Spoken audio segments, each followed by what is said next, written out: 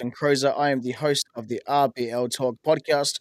We will get through all the admin stuff a little bit later on, but right now we have a live stream to do, so we will get this going as we are playing not a top spiel today, but today is a very big game. However, for to both clubs, so please make sure that you can hear me. Let me know for everyone in the stream and we will forego everything like that and we will just get through and watch this. Please let me know if you can hear me. Everything sounds fine on this end. I have no idea what was happening at the start of the stream. I have really no clue. So it's unfortunate, but the live stream was not working when I first started this. So RB Leipzig have started pretty well at the moment. Just to wait for everyone to trickle in watching this live stream.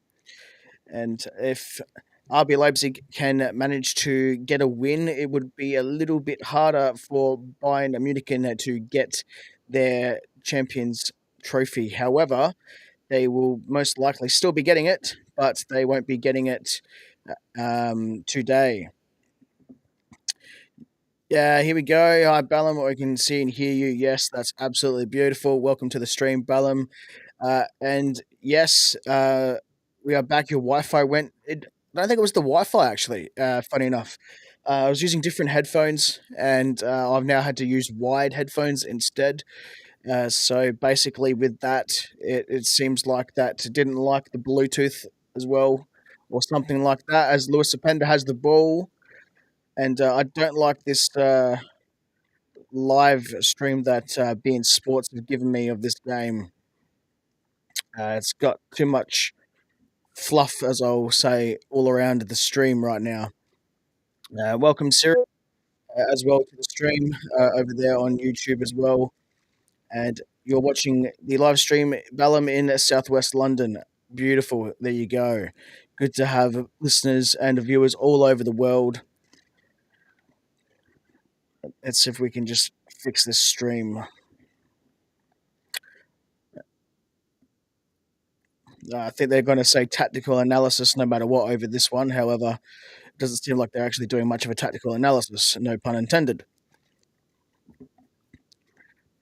So let's get the scores up cranking and we'll go all the admin stuff at the halftime and we'll go from there. I don't like what what they've done over here, but enough of that. What are your thoughts on today's game? Do you think RB Leipzig is going to win? Do you think it's going to be just another walk in the park for the record champions, the record Meister, Bayern Munich?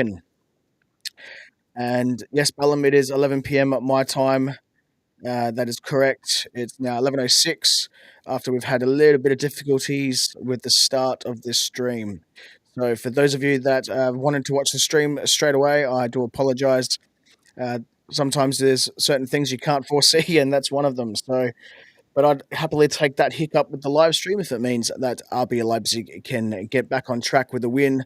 Because to me, it has to be all 3 points. It can't be a win. Sorry, it can't be a loss in this one. As Joshua Kimmich currently has the ball in the middle of the park at the Red Bull Arena.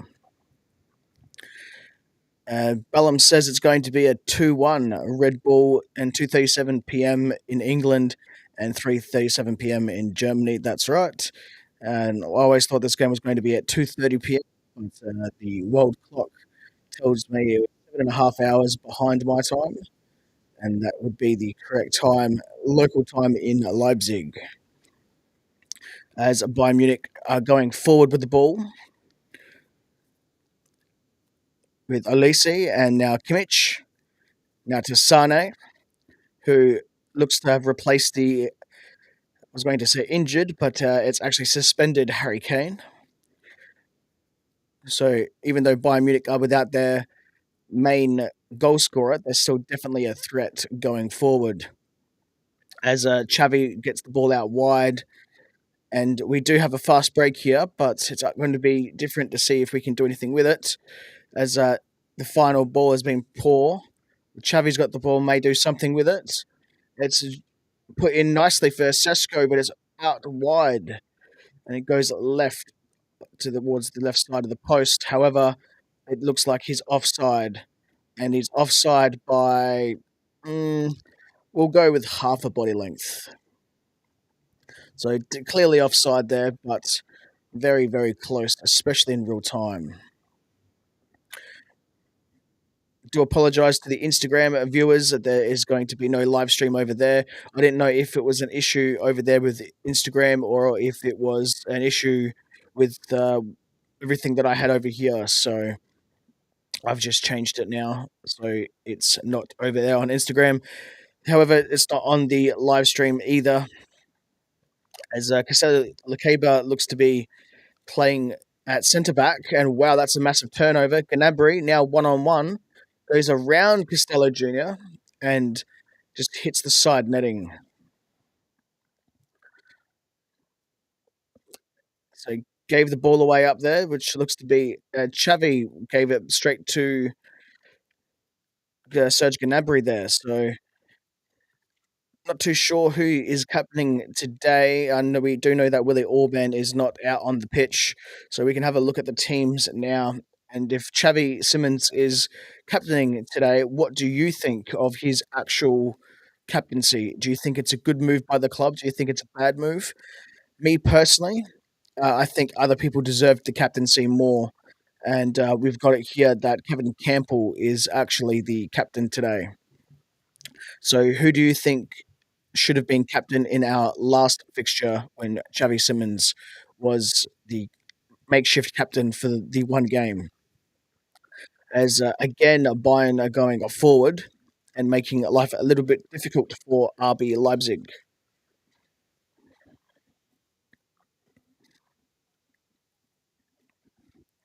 I'll be very surprised if we stay 1-1 for any longer than 20 minutes or the half an hour mark, as I can't see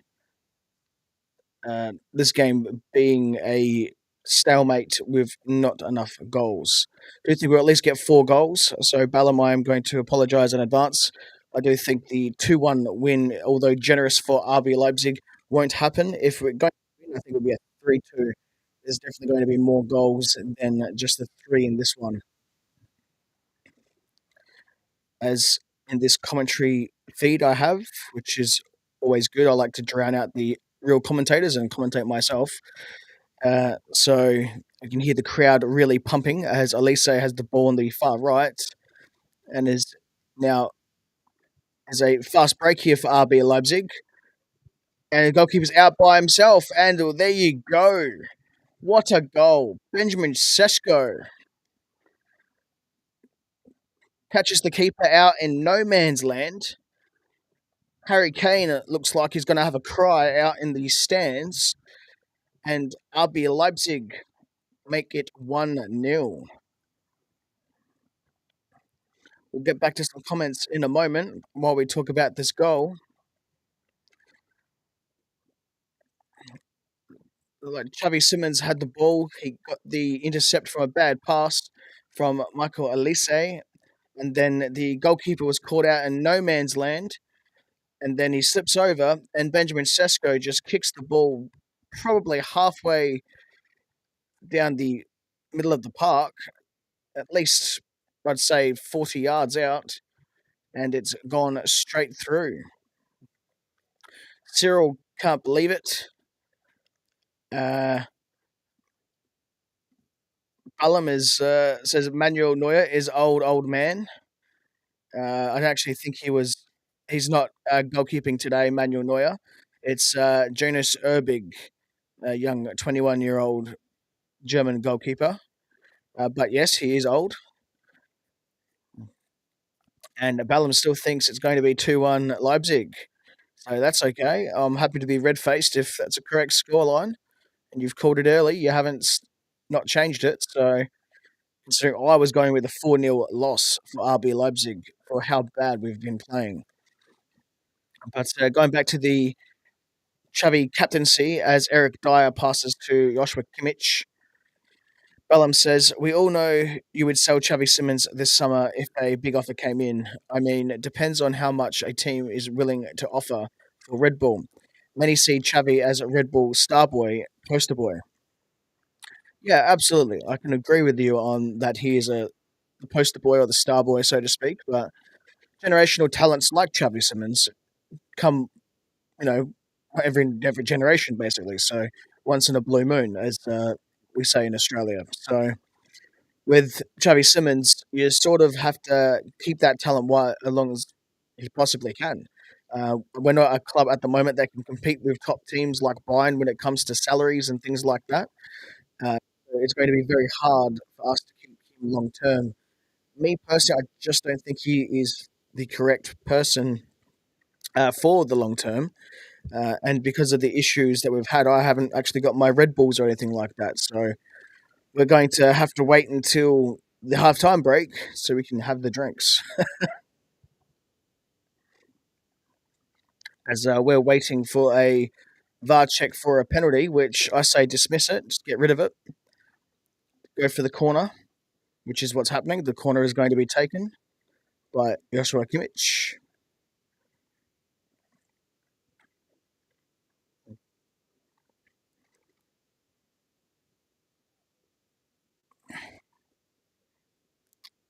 Bellum says he remembered that Manuel Neuer isn't playing, so that's okay. Nice save there, Bellum. Eric Dyer is going to Monaco this summer too. Is also what Bellum says, along with a few other comments. This is a slightly changed Bayern as no Harry Kane, and so do stay tuned. You will be drinking Red Bull second half. Absolutely, absolutely. Um, I'm normally not a big Red Bull drinker, as a lot of people who go into these streams should know, but um, I do it for the live streams, as they say. What is it? Do it for the views or something or whatever it is. I don't know. It basically looks good because people hate on RB Leipzig. They go, "Oh, you're just a customer." Oh, blah blah blah. I'll go, all right, fair enough. Then sure, I'll make you look out to be that I'm just that. And then what else have you got? You've got no other insults. So because it doesn't, it's not an insult to me. Like I was speaking to someone over on the internet actually who was a Bayern Munich fan, and just recently they turned around and said, um, you know, because something that I've said, because being an RB Leipzig fan, they were just basically being dismissive, and I'm just like, that's not an insult. So I don't know what you're on about. As Bayern Munich have a fast break here, there's a wall of RB Leipzig players. It looks like Lucas Klosterman ends up getting the clearance, and it looks like there's going to be a free kick as looks to be Benjamin Sesko gets a bit of a hard challenge there.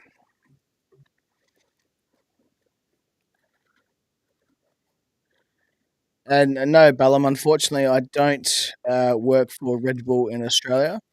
Um, that would be some gig, though, wouldn't it? When it comes to obviously monies and things like that. And I don't even think we have a factory in Australia, to be honest. And if we do, it's not in South Australia where I'm from. There's not really much here, which is why Jurgen Klopp decided to come to Adelaide because it's like a small country town, even though it's a major city. So there's a running joke that you can actually run into your neighbours, so to speak, in Adelaide, even if there's like you don't speak to them. So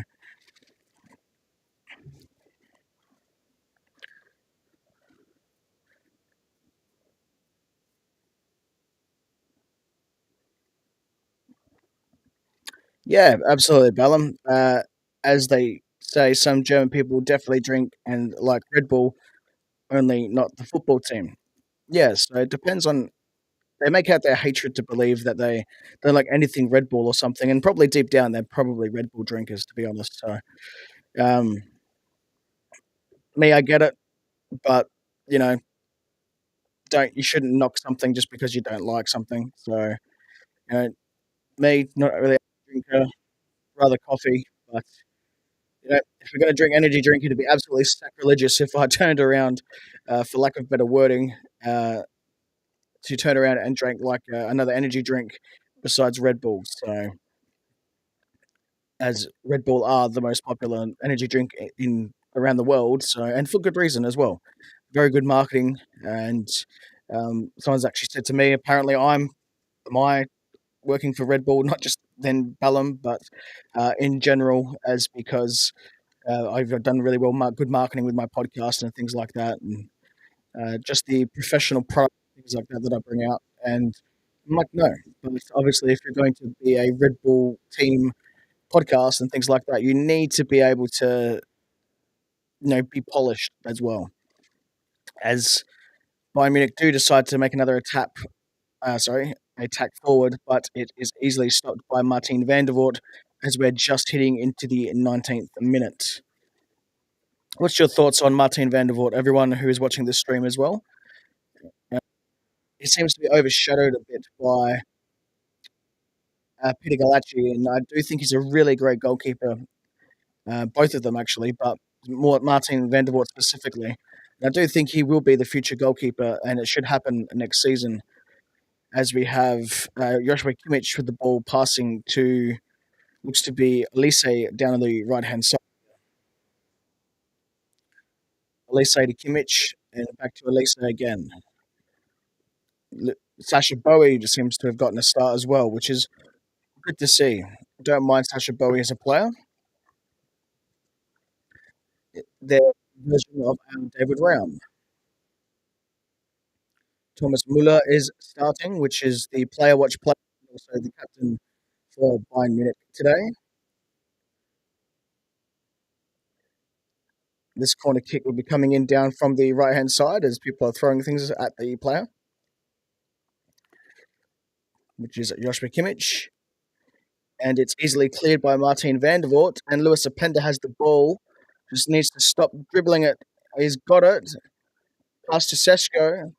Very good fast break there. Very good fast break.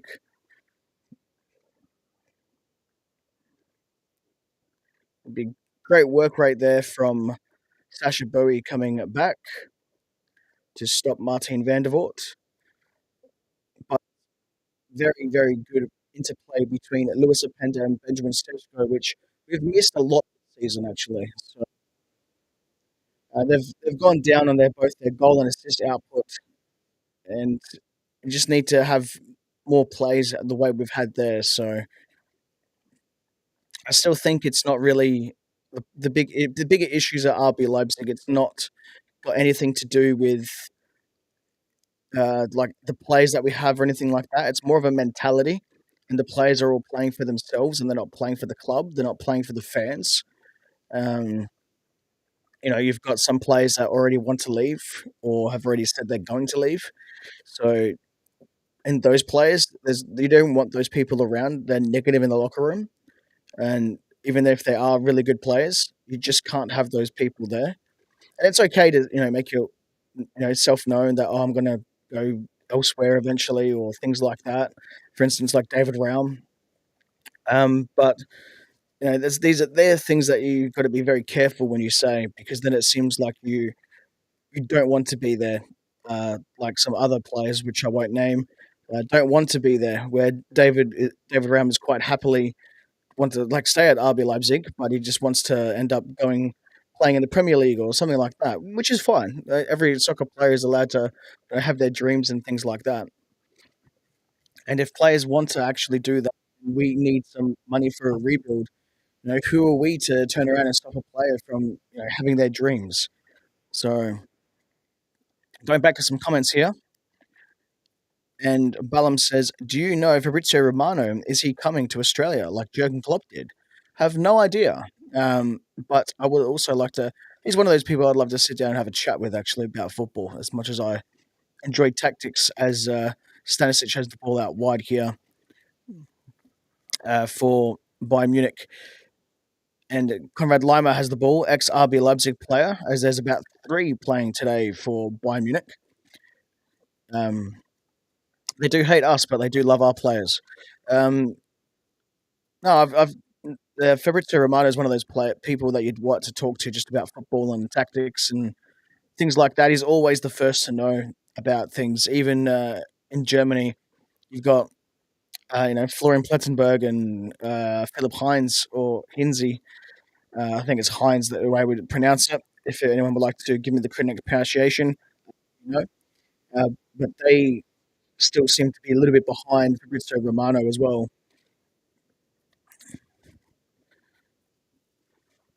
Yeah, he did post that Benjamin now 21 goals this season. Yep. Ballum also thinks Peter Galacci is very old and think he's good with his clean sheet stats. Absolutely. Thomas Muller might be old, but he can score a goal in the Bundesliga. Absolutely. Thomas Muller is, like I said, one of those generational talents. Although quite old, he is the Muller family has always been great, absolutely great footballers. So, and Peter Galacci's recent injuries is a concern too. Is he is aging? Yeah, absolutely. As you get older, the body starts, you know, getting worse. I guess you could say.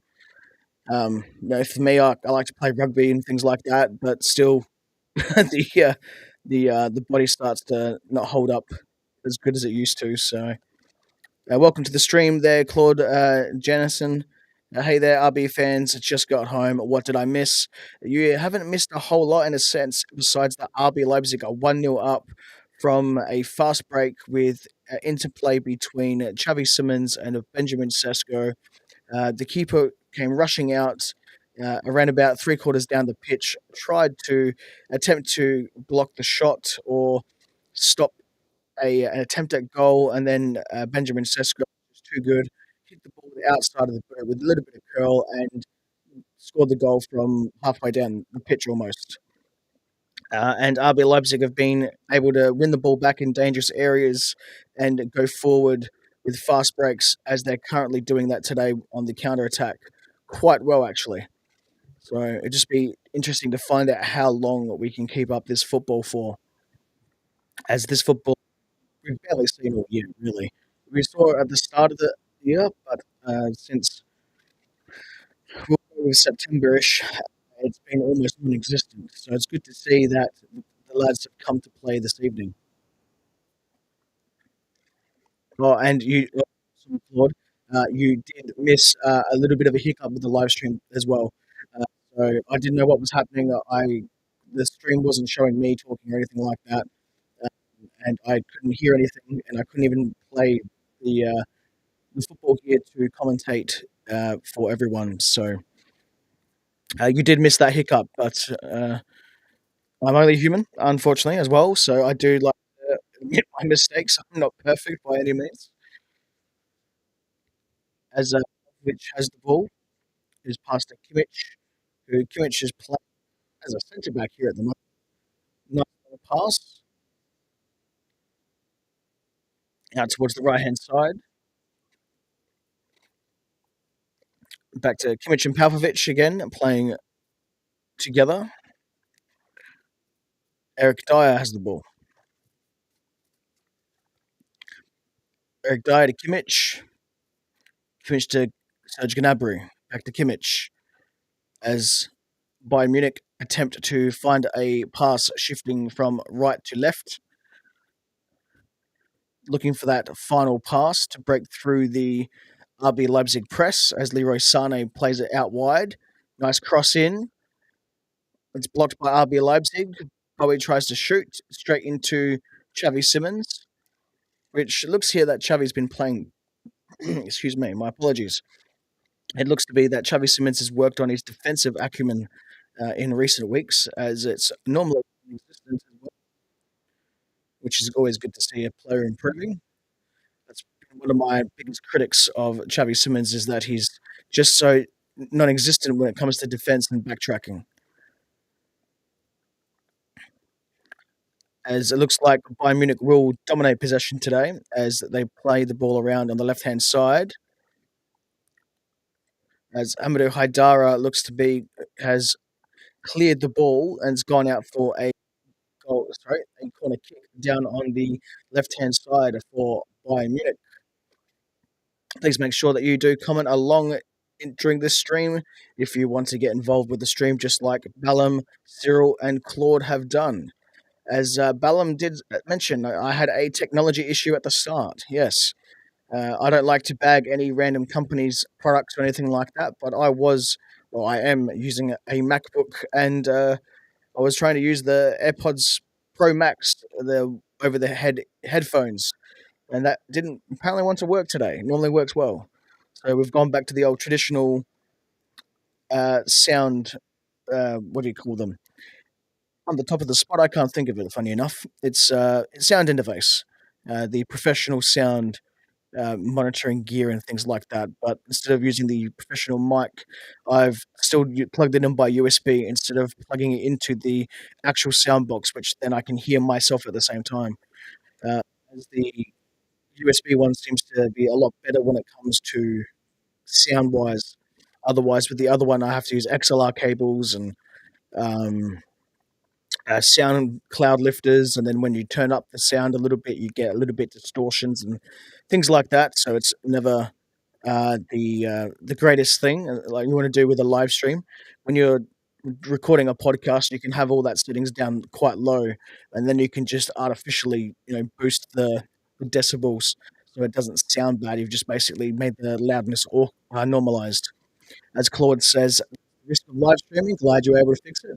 Oh yeah, I fix computers all the time. So Mac and Apple products and stuff like that, they're a little bit more difficult to fix depending on what those issues are. Um, but yeah, made a normal computer stuff is pretty good. So as Bellum says, almost 30 minutes played. Leipzig are winning this so far. Absolutely, even though Ballum has said 2-1.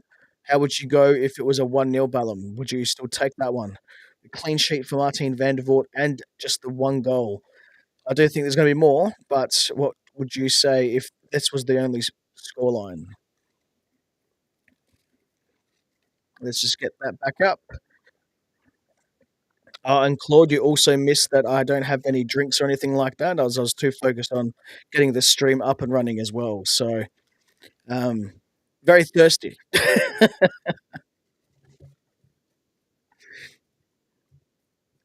Back to the football though, coming into the 30th minute, and Thomas Muller had a chance, but headers it wide as Martin van der Voort will now go and restart play with a goal kick.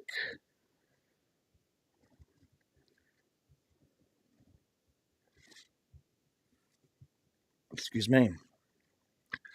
As Lewis Openda gets the ball at the back here, but it's quite easily dealt with by the Bayern Munich defence. Also been trying to get some guests on the show, but with football and everyone's lives this time of year, it can get a little bit hectic and busy. So do apologise if we don't get as many guests on as we wanted this season when it comes to local in the Bundesliga. But that's something we can always try to improve on as seasons progress.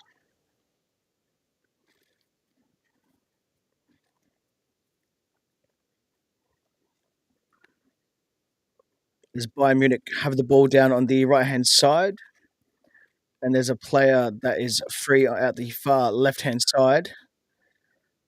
And they've cut in, and almost a chance there from Thomas Muller, but it's blocked off.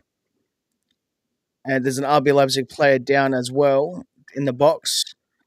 I don't think it's Amadou Haidar has worked quite well today. It looks to be David Raum, or is that Nicholas Seiwald? It is David Raum.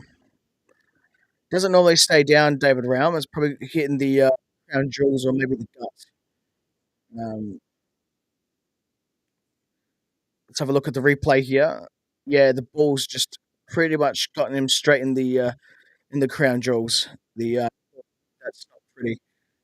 They hurt. That's definitely what I can say. Let's go back to some more comments here.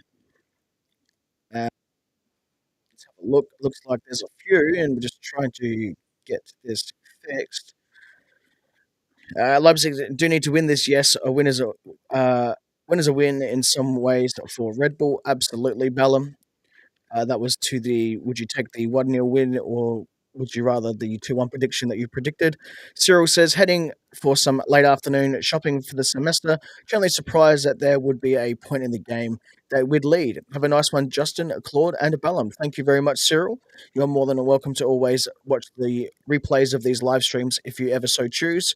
And as you all know about the podcast, I look forward to any sort of input that you would like to have for the next episode or upcoming episodes. Hope you enjoyed this stream of what you could watch. Enjoy your shopping and stay safe. As Claude J says, "Oh man, sorry to hear that. I could send you a beer from Belgium, but the game might be over before it reaches you." That's thank you very much for the thought there, Claude. But I don't actually drink, so um, I do appreciate the offer there. But hey, if you've got anything, even a glass of water from Belgium, you're more than welcome to try to send it. Um, but yeah, I do think it probably won't be coming to Australia in time. So, by the way, you guys can also chat through the comment section as well. It's over on the right side. I always get this wrong. Should be this side. Yep, there we go. Got it right for once. Um, you can always comment between yourselves, even across different platforms. So, by all means, go for it if you would like to chat to yourselves while you're watching the game as well. As Claude's pointed out, as I didn't get time to do any of the admin work, please jump onto the Discord if you can. I would love to have a good chat on RBL with you there. Um, but yes, Ballum, look, there's the invite. If you would like to join the Discord, there are ways, and you can always join it. It's always free, and it's all good. If you don't want to, it's only there for everyone to be able to communicate as a generalized hub, basically. So if the plan is, if all social media decided to be nuked and go away tomorrow, and by nuked I mean, for lack of better terminology, disappear overnight for whatever reason. The Discord is where I would like to have all the RB fans centralized and just chatting amongst themselves, either about RB Leipzig or Red Bull in general or anything like that, or just general things, as the Discord has all that stuff. So, as Claude says, ouch, I hope he didn't plan to have kids this summer. Yeah, so that's the bad thing. They actually do say that any knock in the crown jewels could leave you not able to do that, unfortunately, as well. And it doesn't matter, excuse me, it doesn't matter the severity of the knock either. So that's why we should always be very careful when it comes to getting hit with hard things in that area. As Joshua Kimmich has the ball again, calling his name too much today for my liking. But we managed to get the ball back quite well, as Martin van der Voort now has the ball down to David Raum, down on the left-hand side. Good to see David Raum getting some more minutes as well, coming back from his injury. Sesko's the ball, should pass to his right, but he doesn't. That ball goes out there now, as Apenda passes to Kevin Campbell, and it should be here in Delkovic. Now has the ball, and we're having the ball around, but we're still struggling to get that final ball in. And it looks like it's going to be... No, we've got back. David Raum has the ball. Cross in, but it's just straight to the Bayern Munich defence.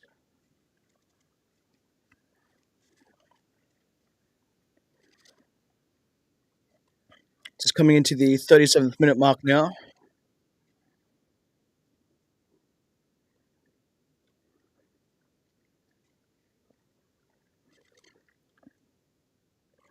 As Costello Lecaba's got the ball around the left back position, as David Raum is pushed forward up the pitch, which is something that we're going to get caught out here if we're not careful.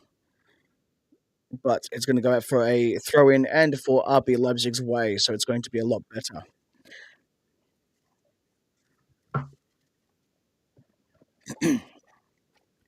What are your thoughts on the game so far, everyone watching this?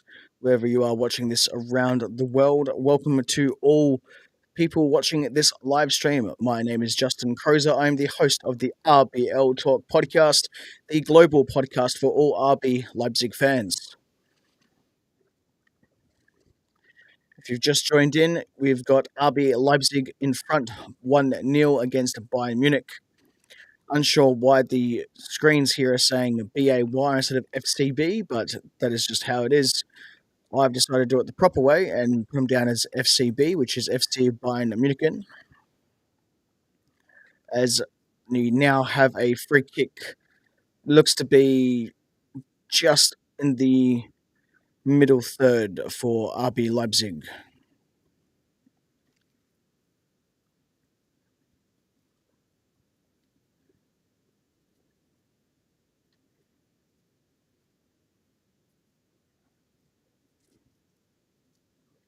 Just waiting for this free kick to be set up here. We've got a couple of players starting offside in offside positions here, so you need to be very careful. I was just going to waste the free kick, and I don't know what looks to be Sesko doing. He was starting completely offside, so it doesn't matter. We might be offside here, but let's have a look. As it looks like David Raum had no touch. Otherwise, that was a beautiful pass and a header from Lucas Klosterman. Ballum is starting to look like he's got it in the bag. Maybe Ballum can see into the future and it knows a lot more than he's leading on. But no, it looks like that is perfectly fine. Normally, they stop goals like that going in, even if a player was offside, but he had no opportunity of touching it or anything. Excuse me. So it's an assist by David Raum and a header by Lucas Klosterman. Two of the old guard, so to speak, getting working together and getting the goal for Die Rottene Bullen. And Claude J says, it looks to me RBL play at its best against famous teams. Yeah, you could say that. They do seem to come up for like the bigger teams. Like we're playing very poor in the Bundesliga, and then we played well against like Atletico Madrid or Juventus and things like that throughout the year. That being said, though, we did end up fading in those games, and there's a few of those games that we should have won. But it's good to see that we've actually come to play here. Um, but being an RB fan is never easy. As Claude J says, maybe Bundesliga should have the playoff system the Belgian Pro League has and is about to drop through to only play against top tier teams after half the season. Yeah, that's not a good idea. It's not a bad idea either. But I don't think that's going to even out the league or anything like that. We've got a very good even league this season, to be honest. A lot of the time, we don't. We've got like a top four pretty much, and then the fifth and sixth slots are put up by like Freiburg or Frankfurt or someone like that. But this season, really, the top eight have been pretty much the good teams.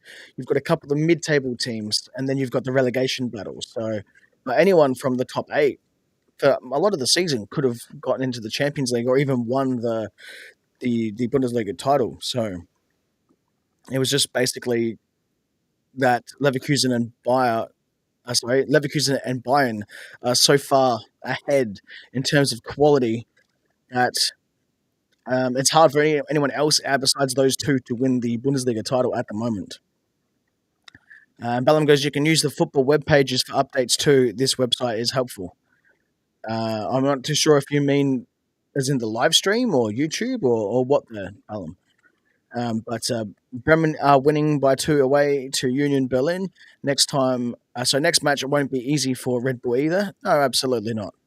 Word of Bremen, they're not a great team, they're not a bad team, but they're definitely one of the teams that will be able to beat you if you don't prepare for it. Leipzig will take anything to win this, even a own goal from Bayern. Leipzig still could mess this up, as we know. We shall see. A strange one, and yes, they always do better with bigger teams. Okay, I know what you mean there. So updates on other scores. Yeah, I get you. Yeah, I use live score for that. So I find that live score is the most up to date when it comes to real time games. So I use mainly live score if I'm out and I want to be up to date with what's happened and I can't watch anything. So live score is normally pretty good. I had no affiliation there either. That's just what I personally like to use. It's got a good app both across platform as well, both across iOS and Android. So as we're coming just into the 44th minute mark in the next 8 seconds or so,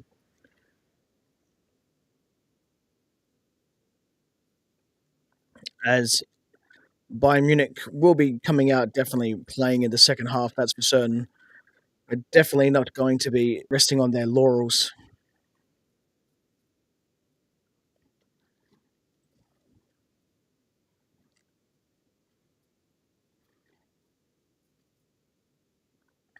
Would be nice if we can keep a clean sheet just up until the break at the very least.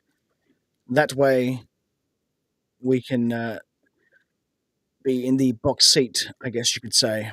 But as Ballum has pointed out, we have come from these positions before and still bottled it. As RB Leipzig have a quick fast break, and David Raum is in acres of space. No, my apologies. That looks like Xavi Simmons is just ran into a brick wall here. Pass behind you, Xavi.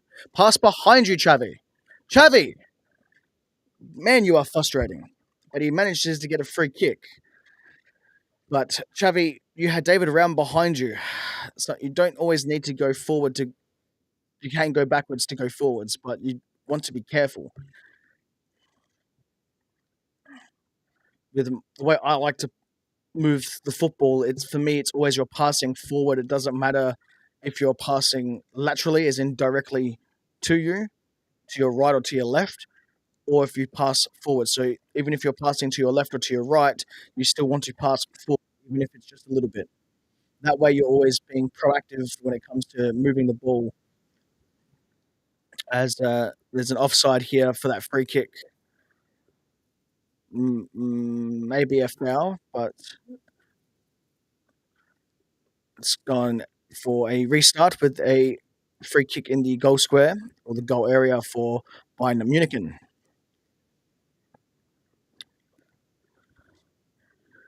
Uh, Going back to some comments, Bellum says, if Bayern want Xavi Simmons, pay up big money. Absolutely.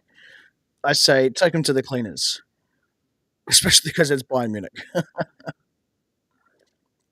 But then again, I say any club should be paying overs anyway, because when you're paying for a footballer, you're not just paying for the current value of that player, you're also wanting to be compensated for potential, uh, for lack of better wording, just potential of the quality of the player. So, are they getting into their prime? Are they got more coming in their career? Chavi's still only 22, and he's got a lot of time to get into his prime. Think of the next 4 to 5 years, he'll be starting to get into his prime. We're not going to see that side of Chavi, so we need to be compensated for that. And then not only that, we also need to compensate for the price tag that we paid PSG for, with a percentage sell-on clause there. So we need to pay money to PSG as well, as we have another chance at goal, but it is a 2 minutes for added time, and we're already into that second minute of added time.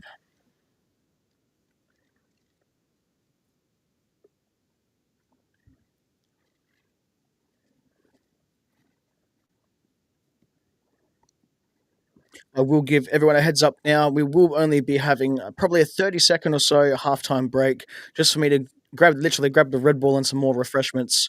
As I feel like I'm dying from thirst here, talking straight for 40 odd minutes without any fluids is a tough ask, I guess you could say. So I'll put the halftime splash screen up, and then we'll go through a little bit of admin work. We'll have a look at the player watch players, and then we'll get the thoughts of all the people on the stream as well on what you think of the game so far. Right. On that note, as it is now just half time, I am going to make sure I put that splash screen up now. Don't go anywhere. We'll be right back.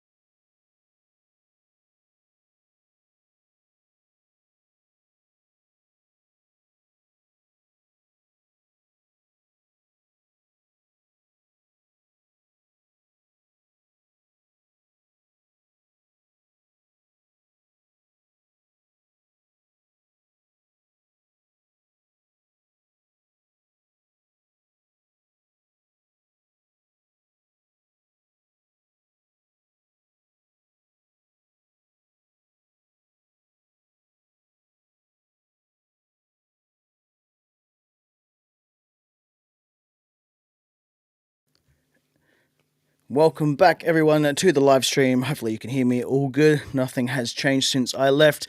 If you're just joining in so far, the tale of the take is that RB Leipzig are currently in front 2-0.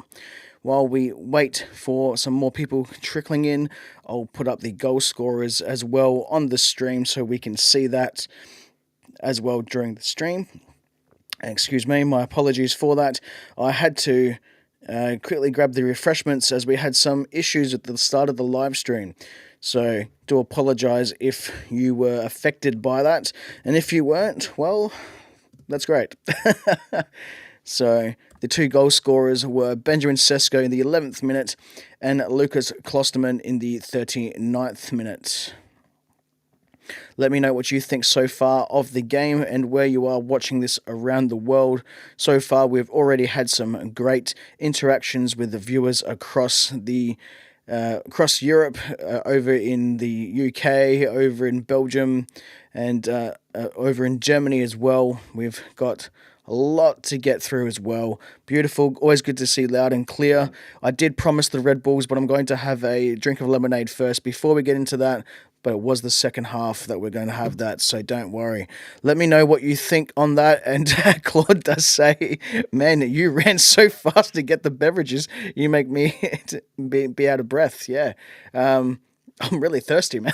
There's not much else I can say.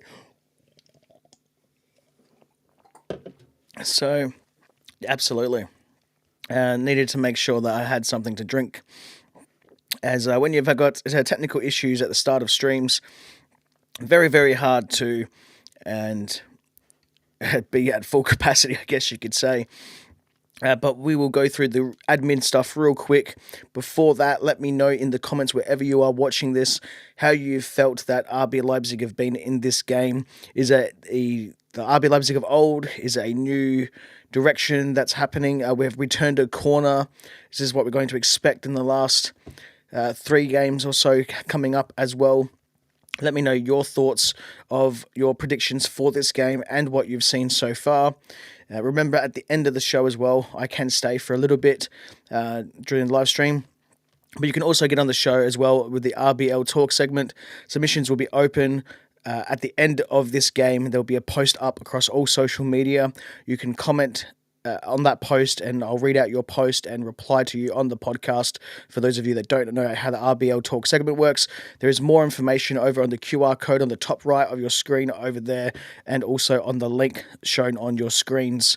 That's rbltalk.substack.com/p/segment. Also, you can get the latest podcast news over on the Substack as well. So scan that QR code. It's only for the podcast news. If you're not interested in podcast news, you can go to the rbltalk.com website and you can have a curated list of the latest and upcoming RB Leipzig club news. So just the club itself, nothing to do with the podcast. Also, make sure to join the free RB Fans Discord. You can have it on the link tree. It's over there at linktr.ee/RBL Talk. You can also find all the social media pages over there as well, including the podcast links on how to listen to the show and everything like that. And while I'm here doing all the admin work, I also like to say it would not be possible to do my podcast and these live streams if it wasn't for the RBL Talk members. Thank you to every single one of you, whether you tune into these live streams or not. It's a really great help having you guys support me every single way possible. You can become an RBL Talk member if you would like to, for as little as I do believe it's $4.99 a month or something like that, depending on if you want access to the Patreon. If you need access to that for Spotify, then let me know. I can open up a spot for you, and all information is over there on the rbltalk.captivate.fm/support site, or you can tip the show if you like, or you can do your subscription through Apple Podcasts as well if you so choose. Now, without all that out of the way, because I don't like to bug people for money or anything like that, let's go into what we've gone so far. So, player watch players for this game was, if I remember correctly, for this one, it was going to be Xavi Simons, and I do believe it was Thomas Muller. Now, I did do that podcast episode a few days ago, but then it was a little bit late due to some technical issues. Haven't been very good with technical issues lately, haven't I? Never good to see. But they do happen from time to time. And just going back over what the notes that I had, it is yes, it's Xavi Simons and Thomas Muller. So we can have a look there at the stats of both players. I've been really impressed with Xavi today. He's actually he must have copped a lot of flack and criticism over his performance in the last game because that was arguably his worst performance I've ever seen him play as a RB Leipzig player. So there's definitely that, and I think he's really decided to work hard in his defense and things like that today because he hasn't done anything nearly as bad as what he normally does. And I can't seem to find the live game. Here we go. Just bear with me a minute, ladies and gentlemen, and everyone else. And let's have a look. Xavi Simons and Thomas Muller. So we'll start with our star man, Xavi Simons. Let me know what you think of him as well during the comments over in the comments section. How you think, Xavi Simons has played today. So far, Xavi Simons has played the full game, which is the 48 minutes, which was the... I should say 46 minutes, which was the full 45 plus 2, so it should be 47. I don't know why it says 48 here. He's had 1 assist. He's had 17 of 20 passes, 85% accurate, 1 key pass. He has had 2 long balls, both accurate as well at 100%. He's created 1 big chance. He has had 1 dribble attempt, which was also successful. He's won 3 of his 4 ground duels as well, which is a 75%. And then he's won 1 of 3 aerial duels, which is 33.33%. He's lost possession 5 times, which isn't bad. Obviously, losing possession is never a good thing, but there was a time where he's lost like 30-something times in a game. Has been fouled twice, has had 1 shot blocked, 1 interception, and he has had 1 error that has led to a shot. Excuse me. And Thomas Muller for Bayern Munich, the Rekordmeister, has... excuse me, I don't know why I'm losing my voice halfway through the stream. But Thomas Muller has played the same amount of time, 47 minutes. He has had 1 shot, which was off target, and another shot that was attempted that was blocked. He's had 8 of 12 accurate passes at 67%. He's playing in place for the suspended Harry Kane, might I add, as well. And he has had 1 long ball, which was accurate. He's won 2 of 2 ground duels. He has won 1 of 2 aerial duels, which is 50%. He has lost possession 6 times. He's been fouled twice. He has made 1 clearance. And that is all they wrote so far for Thomas Muller. Now, let me know what your thoughts are for both players, wherever you are watching this from. If you're just joining in to the stream, my name is Justin Crozer. I am the host of the RBL Talk podcast, the global podcast for all RB Leipzig fans worldwide. And the tale of the take so far is that RB Leipzig are 2 goals to the good against the record champions, as Benjamin Sesko and Lucas Klostermann are the goal scorers for Die Rotten Bullen.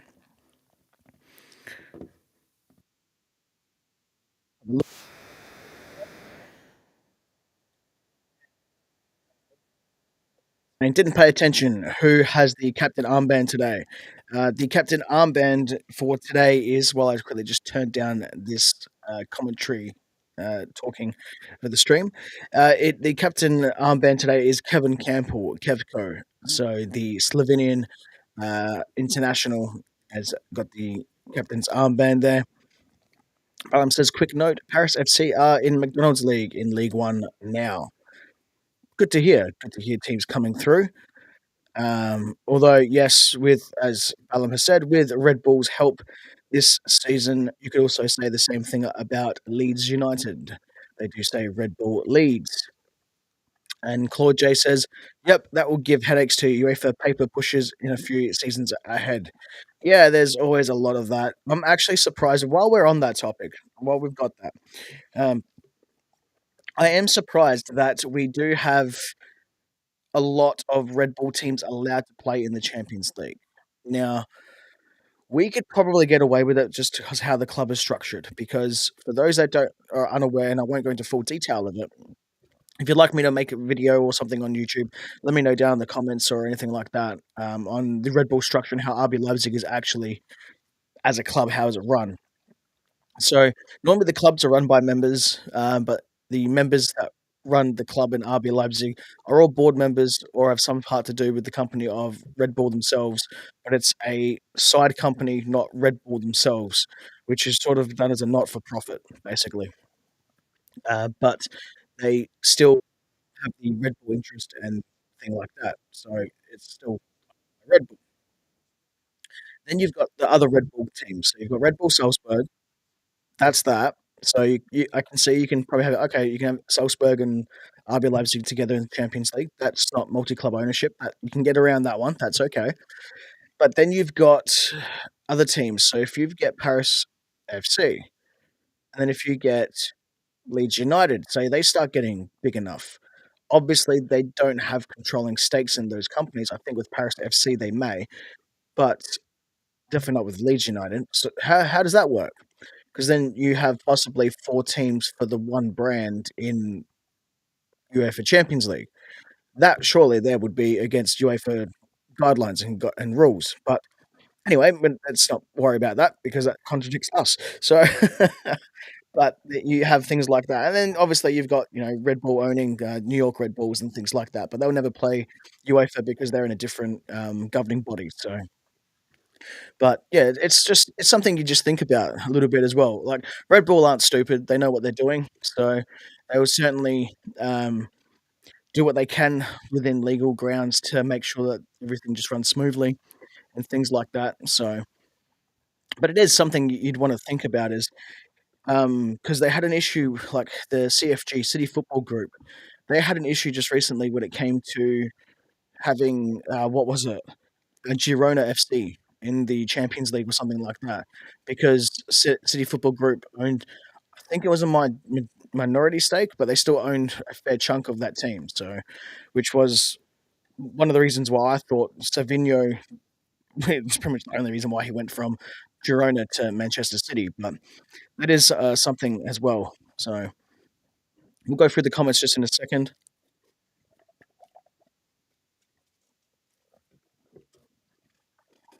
So Bellum says, "Yeah, Red Bull Salzburg and Red Bull Leipzig allowed to play each other in Champions League, for example.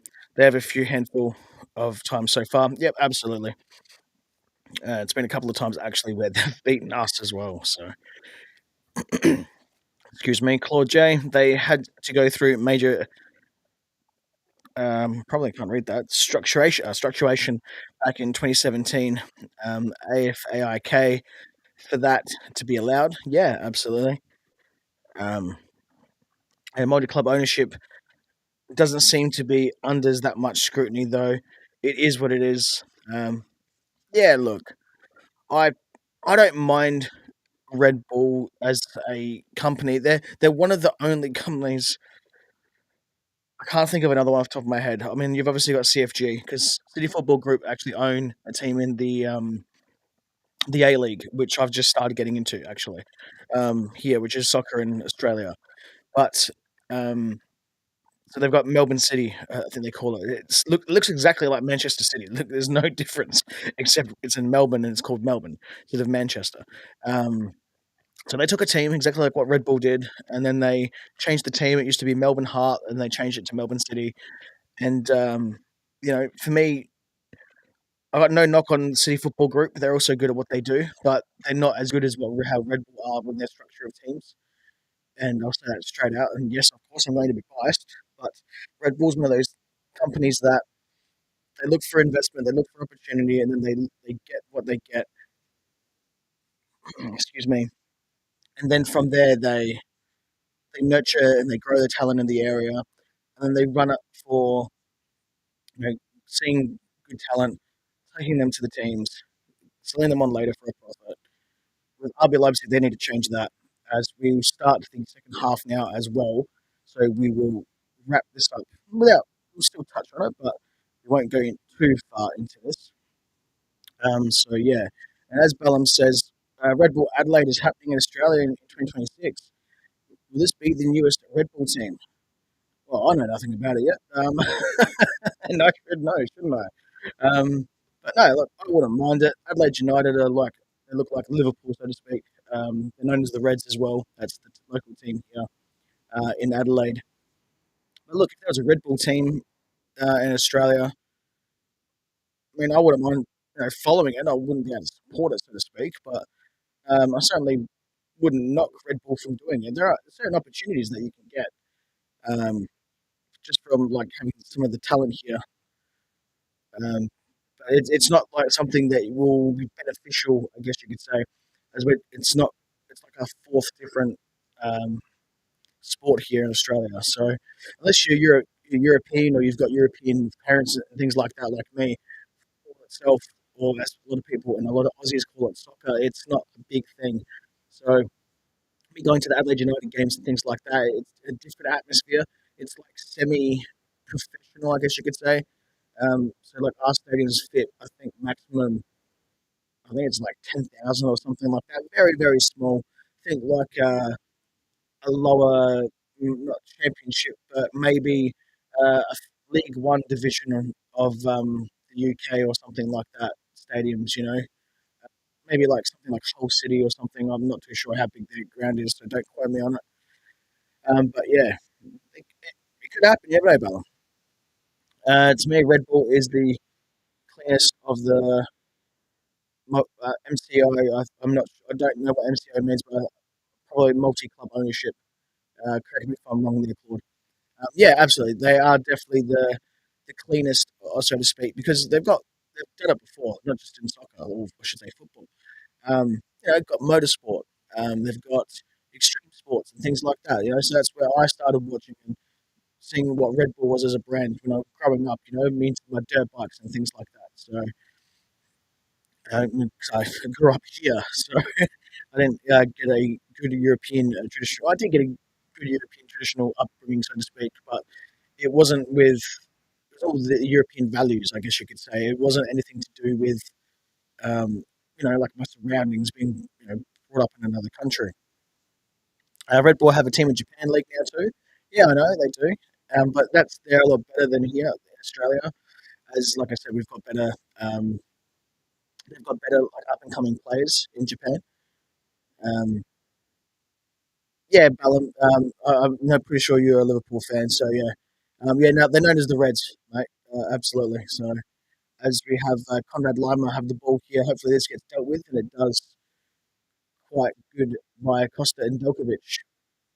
So first corner of the half will go to Bayern Munich. Ballon also says, "Hey, met Tim Cahill. Many in Europe heard of him, and he's played for Red Bull New York in New Jersey State." No, haven't met Tim Cahill. Um, the I haven't met any. I'm just trying to think of if I've met any. I haven't met any actual like footballers as in soccer players. So I've met local Australian rules football players, but I haven't met any like soccer players. So, or I should say, football players for world football. So that's a little bit unfortunate. But no, Tim Cahill is a good player. My actual favorite growing up and watching, Aussie footballers and things like that was Harry Kewell as well. So that's a little fun fact. I actually thought that he could have been the real next big thing. Although to me, Tim Cahill actually eclipsed him and had a better career. Um, and Claude says, hope they will be able to get a structure back up in Africa. It would be awesome for the young talents out there. Absolutely. That's something that I would, if as much as obviously I would enjoy if there was something here for Red Bull Wise and their team and all that and whatnot.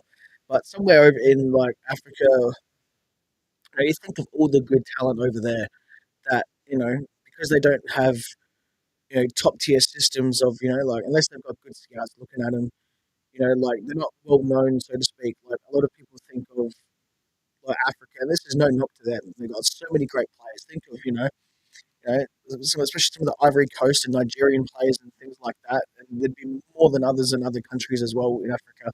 But most people think, oh, if you want to go look for young generational talent, they think like Argentina, Brazil, maybe Chile, so like South America. And then other than that, they go Europe. So Africa often gets overlooked, and they really shouldn't. There's massive populations over there, and you can think it's what some of those countries could do as well, especially some of the ones that they don't have it as good as us either.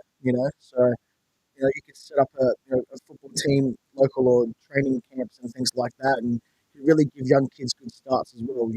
So that's something like that. Me personally, that I would be mass respect if whoever did that. Even if you don't like him. So I'm as biased as I can be. Uh, if even if I hate someone like Bayern Munich, I absolutely hate them with a passion. As a lot of people hate us, and that's fine.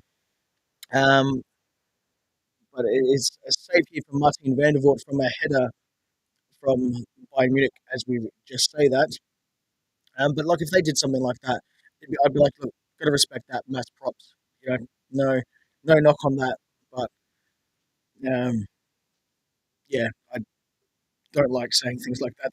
Excuse me to people that I or teams that I hate. So, but it's called being humble and also being respectful at the same time. Yep. Ballum says MCO was multi-club ownership, and yeah, I only mentioned Tim Cahill because he's from Australia. There's a couple of other ones that Aussie footballers that I liked. They're the main two that you really comes to mind. But um, I can't think of who he is. He played for Leeds, and he was like a Serbian or something like that. Um, I'd mention his name. That's all I know. So, Claude J says, to answer to your question, yeah, having a special on Red Bull as a whole would be awesome. There's an opportunity for a guest. Yeah, absolutely. Whenever I have an opportunity for guests, I'm always searching out for guests. It doesn't matter who they are either. Um, so if you look back at the archive, Claude, that the one thing I wanted to have this season alone, specifically from the Champions League, especially because we were playing up against teams that we've never played before, was to have a guest for every single team. And some of them we had multiple guests as well. So I actually achieved that this year, and that was just the main goal. So every year with the podcast, besides me trying to refine it and get it better without drastically changing everything like that, um, I have a little guidelines for myself to hopefully try to achieve or try to work towards instead of just pushing out podcasts week after week and then not doing anything or things like that. As David Raum is quite angry at Sasha Bowie and the official there just for a challenge. It looks like Thomas Muller drank a Red Bull at halftime. Yeah, absolutely. He seems with a bit of pep in his step. I'm going to have to quickly finish this lemonade so we can get onto the Red Bull like I promised. And Ballum says to conclude all this, Red Bull have a team in every continent except Africa, Oceania, and Justin's favourite, Antarctica. Funny enough, it's Australia, buddy. Justin and Tim manage the Penguins. Mate, I'm hairy as it is, I'll put it that way. I'm like a gorilla. I'm probably fitting quite well there, to be honest. Uh, although the one thing you can never worry about is the Red Bull cans will always be nice and icy, nice and cold. So Red Bull winning Bundesliga would be nice. Bayern winning League too much last few years, as we know. Yeah, and yeah, Ballon, there you go. Mark Viduka, that's the one. And there was another one as well. Um, can't think of his name though, but yeah, no, he was a top player as well. Um, and Angie's a manager with Greek background too. Yeah, absolutely. There's a lot of Greeks here in Australia as well, actually. So um, the same thing with other countries as well, not just Greek, but we've got a lot of. There's a big Greek community as well. So almost time for Red Bull. Yes, Ballum, don't worry. We will have that, and it won't be too far into the stream. So, for those that were unaware, I didn't have any refreshments who have just joined in to the live stream. So, I've had to, as Claude put it so nicely and delicately earlier, run to go get the go get the drinks. I didn't run, that's for certain. So,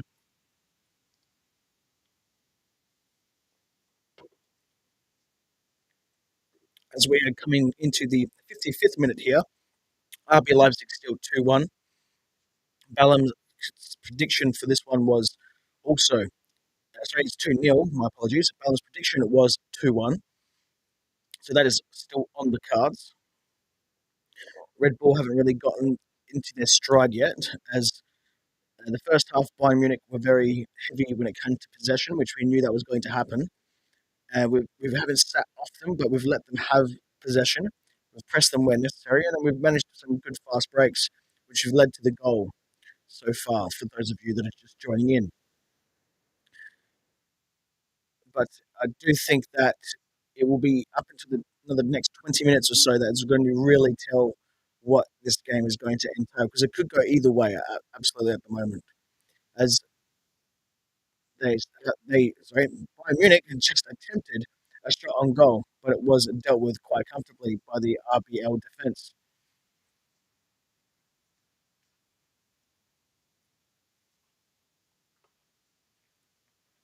What I have liked today, actually, for I wouldn't say unsung hero or anything like that, but like an underrated player that's just gone underneath the radar today, as Amadou Haidara. He's been really well when it comes to his defence.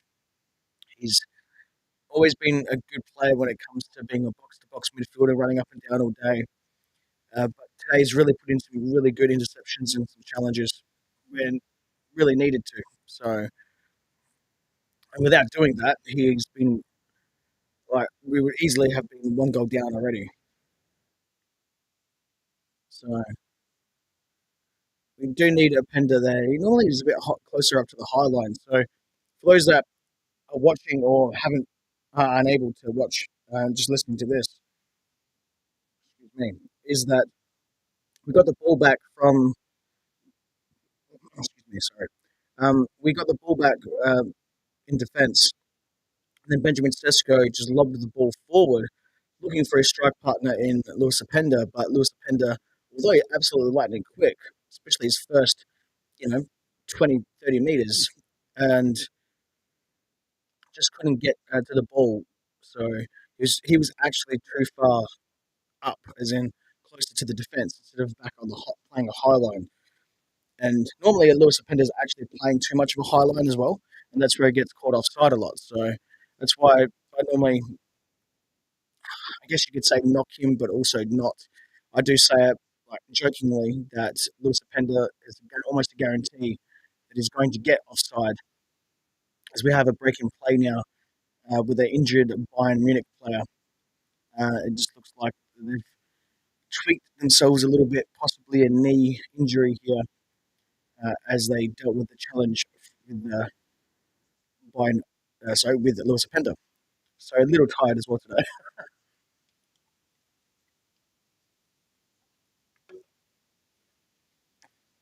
While we have a break in play, let's also go back to some comments. Ballum says, over 30 minutes plus added time remaining for these important 3 points for Leipzig. Absolutely. As it looks like that we're looking at, what's his name? I forget his name. He used to be looking at, I'm trying to think of his name. Meh, it was unimportant anyway. He was the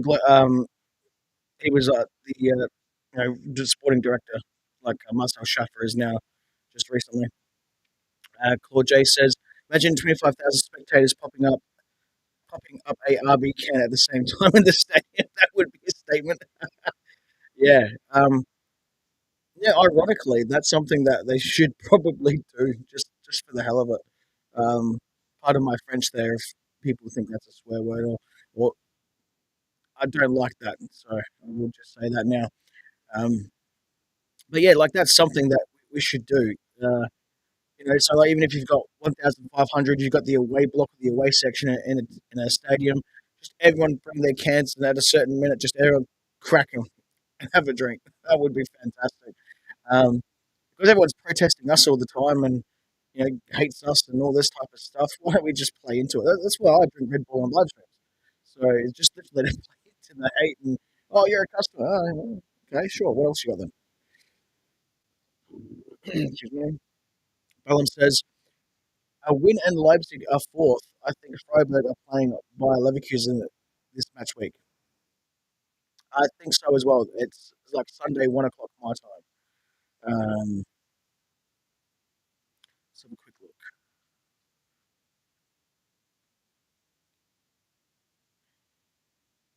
Doesn't really want to show up at the moment. We've got Spain, La Liga, Bundesliga. Here we go. Bundesliga, Germany. No. Hold on a minute. Let's go by date. Let's change that by round. Absolutely right, Alan. Freiburg and Bayer Leverkusen. It's been played in Freiburg. For those that, while we're looking at around the ground teams, we'll give an update here at the moment. Borussia Mönchengladbach 2-2 with Hoffenheim. Obviously, this game we are 2-0 up against Bayern and Munich. St. Pauli and VfB Stuttgart are 0-0, with St. Pauli also having a player sent off, and Werder Bremen 1 up against Union Berlin. Still to come will be Borussia Dortmund and VfL Wolfsburg in around about an hour and a half's time. And then later tomorrow we have FC Augsburg, Holstein Kiel, Freiburg, and Bayer Leverkusen, and rounding out the match week 32 with Mainz and Eintracht Frankfurt. Claude J says, I predicted a draw, but I'd be happy to be proven wrong. Yeah, absolutely. Uh, I went the other way. I predicted a 4-0 loss. So I'm very happy with even a point, but unfortunately, as we've said that, it is Eric Dyer that is headed the ball in, and it is now 2-1 for this game. We have to have a look at that because I wasn't paying attention. I do apologise. I was looking at other things. The cross came at the near post, and Eric Dyer buries it home. Looked a little blocked, but Martin Vanderbilt should have done better there. Shouldn't be beaten at your near post. Not like that. Very, very disappointing. I didn't see who took the corner, but I would say that it's most likely going to be. You've got to be kidding me. And Elise has just scored literally back to back. You are most vulnerable when you have scored, and now it is 2-0. And I don't even know what's happened. That has gone so quick.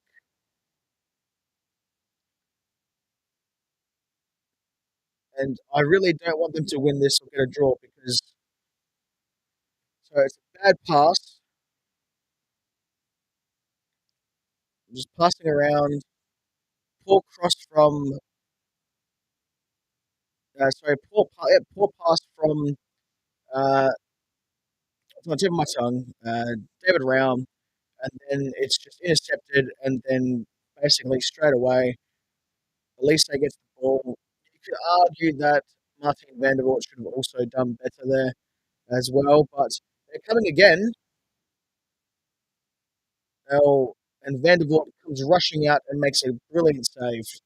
Really needed to do that. That would also help with his nerves. So, what do we think of those two goals in quick succession?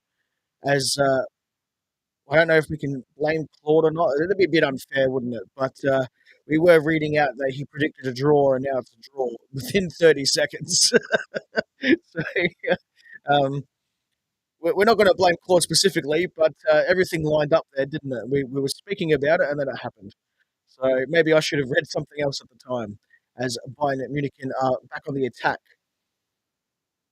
We've got Bellum says Bremen away and Stuttgart home remaining. Stuttgart more focused on the cup final as well. Yeah, they still got the DFB Pokal. Bremen still winning away at Union Berlin. Won't be easy for Leipzig. Uh, Kane's brother has a villain. Look right there. Yeah, absolutely. Cool. Bellum 2-0, 2-2 entertaining. Not good for Leipzig. Uh, Claude J says it hurts to see other teal play like RBL should. Other team. Yep. You just corrected that. Yeah, absolutely. That is literally how we've played for several seasons back. not last season, but the season before, back when we still had Forsberg and Nkunku and Sabozloy and Gardevol, and that's how we played. Yeah, Eric Dyer is leaving Bayern too. This is a goodbye. His goodbye goal. Yeah, yeah. Why not? If this is, I wouldn't say this is his last game for Bayern Munich, but because that's your last goal that you scored, that's a decently good header. I mean, no goalkeeper in the world should be beaten at their near post, especially like that. Um, but look, it does happen. So, and Claude J says, "Yeah, thanks for your understanding." You're welcome, Claude. No, that's fine. I don't like to bring unnecessary hate or anything like that to people. Most RB Leipzig fans and also people listening to the podcast and live streams are pretty good people. So, um, yeah, I don't think that would happen, but I would rather minimize it as well. So, like I said, everything just seemed to line up there. I was reading it out, talking about it, and then all of a sudden, bang, it happened. So, yeah, it's a bit harsh. Uh, I'll put more blame on myself, so to speak, because I was the one reading it. But we'll go back to the game here at hand. Is there still time? We've still got another 24 minutes plus at a time. We should probably start making some changes now as well, and I would like us to actually make some attacking changes. Someone like Tim Gomes as well would be nice to see. Um, maybe Yusuf Powson, but that's questionable. As much as I love Yusuf, I don't think he's going to be able to score for the simple reason he's not a goal scorer anymore. He's more of a holding up. He's a support forward basically. Now, hopefully, now that I open a Red Bull can, this is actually going to change after. So let's see what happens. As Kingsley Coman has the ball with Palkovic. Palkovic to Elise. Bayern are making good possession here. Back to Leroy Sane. Sane on the right hand side, and the Caber with a nice challenge in the box. Had to get that absolutely right. Otherwise, that is a penalty.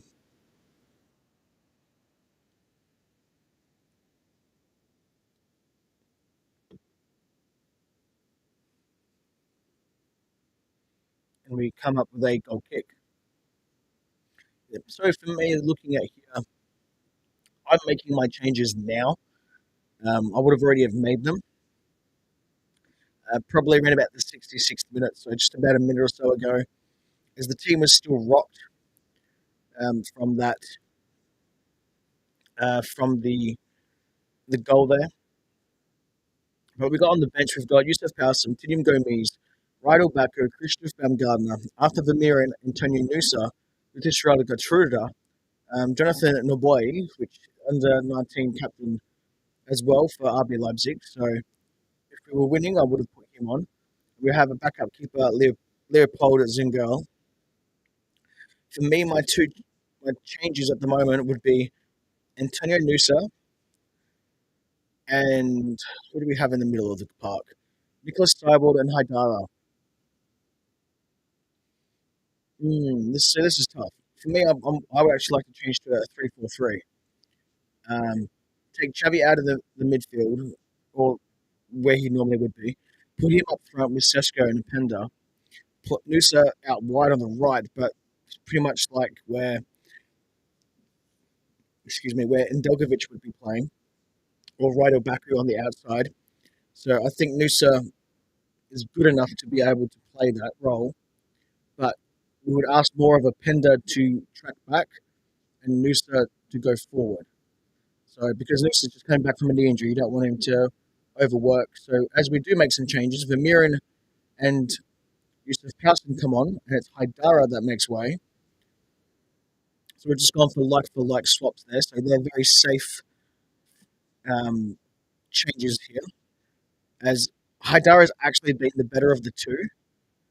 I don't think Haidara has actually made an error that's led to a shot. So I definitely wouldn't be taking off Haidara. I'd rather be taking off Nicholas Seiwald. And if we're going to keep Seiwald on the pitch, he goes back towards like a right back or left back as it starts to rain in Leipzig. So this is one thing that I don't like about how Red Bull have their team structured and their managers. They're afraid to make tactical changes on the fly.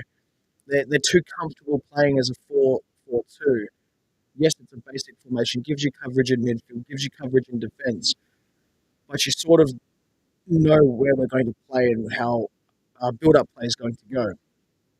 So, changing to something like a 3-4-3, which could then go as a 5-2-3 as well. Like you have a lot of options, but you really need in those formations your wide players to work hard.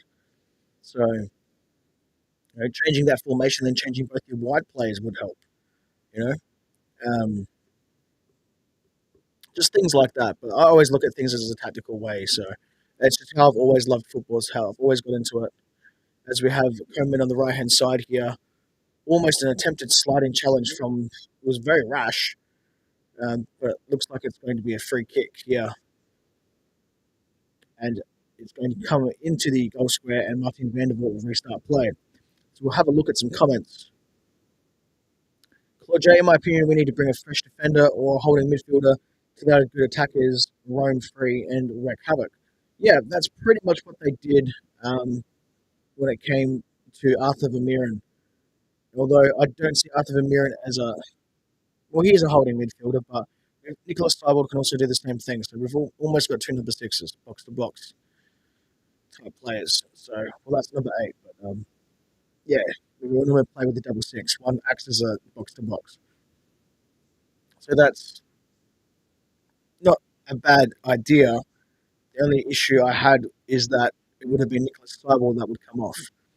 So otherwise, if you do a formation change, you can keep Tybalt on. He's still able to make those nice long passes as well. And ask him to do that, you put him at a back three, so to speak. So if you use a 3-4-3, you put him on the right hand side on the back three, and then you ask to make him start the build up play in defence with some nice long balls as well. So we're not just one dimensional, so to speak. And Claude J to me feels the most players have a hard playing time, clause in their contract. I don't think you're wrong with that.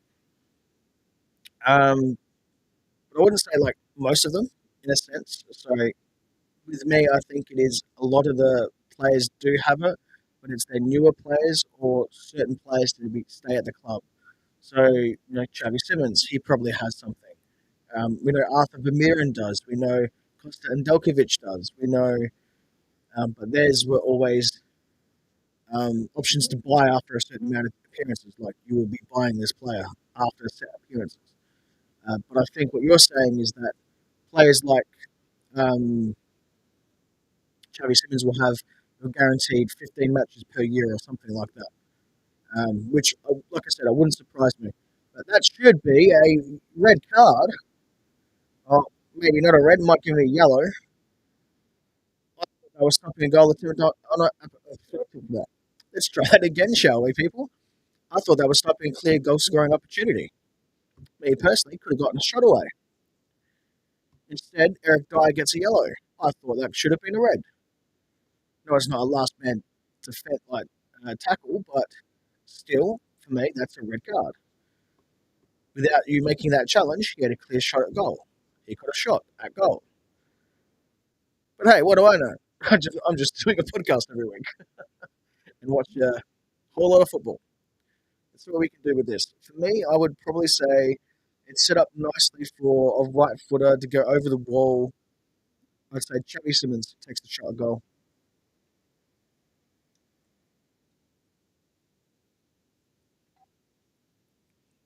Looks to be around about 30 metres, maybe 25.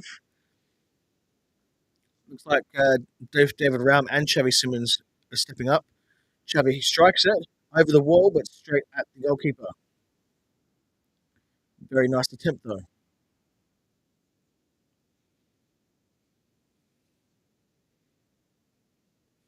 Hopefully, we can do a Leverkusen and score a goal late in the game.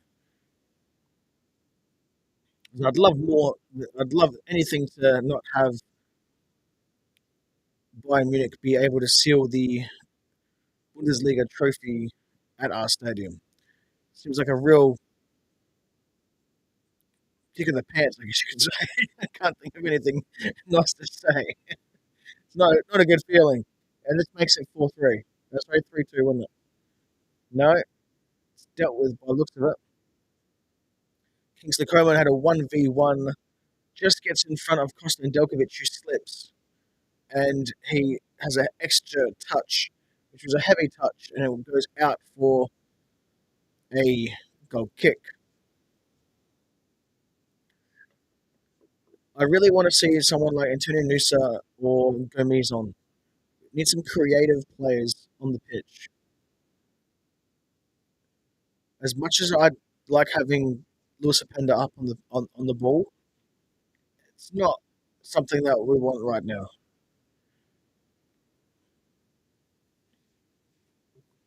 But what are your changes? Who if you're putting on any one player at the moment for RB Leipzig, who are you putting onto the pitch?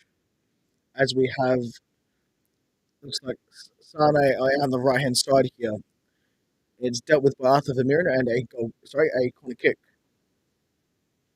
If you're just joining in, the scores are 2-2 with 76 minutes played in this game on match day 32 of the Bundesliga.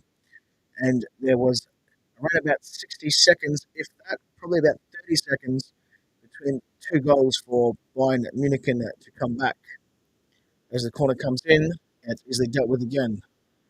But this time it's gone out off the header of a Bayern Munich player and goes out for a goal kick, which is taken quickly.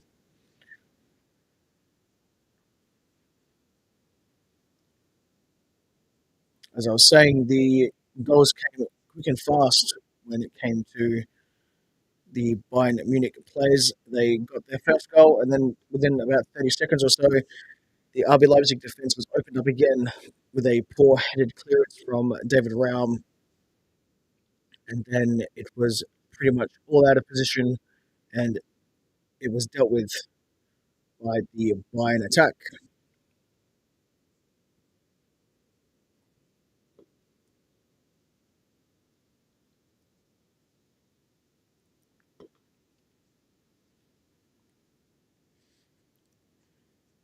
Just going into the 78th minute now. Still no extra substitutes from Zulut Louvre, as it does look like there is a player coming onto the pitch now. Just as I've said that, looks like Lucas Klosterman's giving way.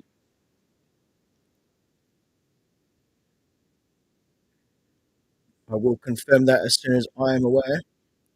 It's Rydal Baku is coming onto the pitch. And that I would say that would be Costa and Delkovic who's made way. No, it's Kevin Campbell that has made way, which is quite interesting actually. That would have to be a tactical change in a sense of managing some minutes because he's been one of our best players on the pitch today. And with Kevin Campbell playing in a central role, you would think that there would be a formation shift as well, although it doesn't look like it at the moment.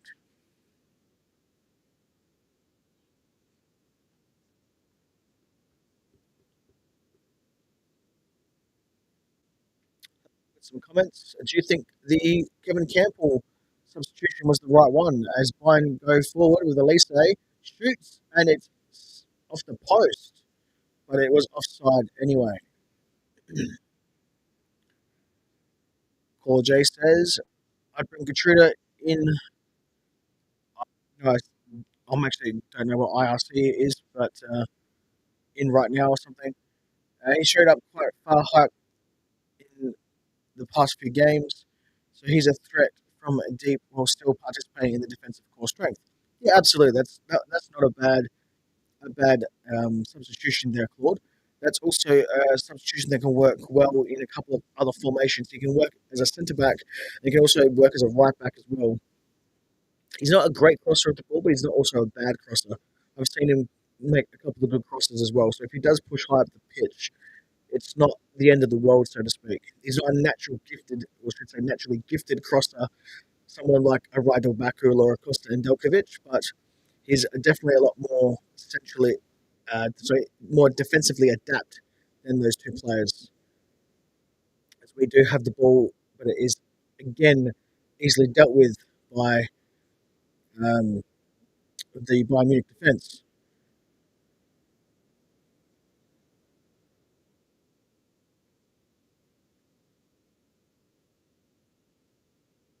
I do think that, Claude, you were right there when it comes to the substitution. That if you're going to take someone off, and that would have been a good player to use, even though he hasn't played a whole lot often that I've known, but did have some earlier problems in the season with him as he was a bit, his attitude was really wrong. He was always waving his hands around and looking at other players, even if he was at fault and things like that. So, but as the season's progressed, he's really developed, and I guess that's also got to do with coming from a different team, it's not alone your teammates and things like that. So, but I think even we could have put Gertruda, or some people say Gertruda. I really don't know what the actual correct pronunciation is. Um, Especially me being from Australia, where we say things slightly different. Um, I think he'd actually go well as a central defensive midfielder. So if they were taking Kevin Campbell off, they could have used Gertruda for that, and he could have played well, but it's almost sat in front of the back four. So, excuse me, that would be something that I would have done myself if we were going to go with versatile players, and Gertruda is very one of those. As we're coming into the 82nd minute now, and I'd still like to see one more change. I'd like to see an attacking change.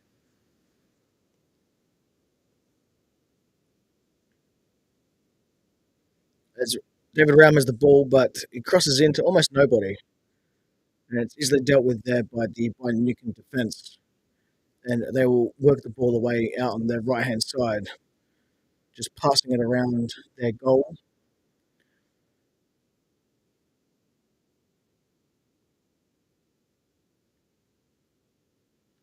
Who's playing in the opposite position next to Xavi? As that for me, that person's coming off the pitch. So that was Kevin Campbell, and then Vital Bakovic came on. So going to say that was the wrong call there. I would have been putting on Antonio Nusa, because if you're putting Vital Baku on, you're you're putting on a right back for a player that's playing as a right attacking midfielder. So you're putting in a defensive player, or more of a defensive player than a attacking player. So and they're not going to be able to create a lot unless the ball goes only through that player, and that's not happening at the moment. It's been going down the left hand side towards Chavi and David Brown. As there's a goal here, yeah, straight away. As soon as I saw it, it was a goal. Leroy Sané scores and makes it 3-2.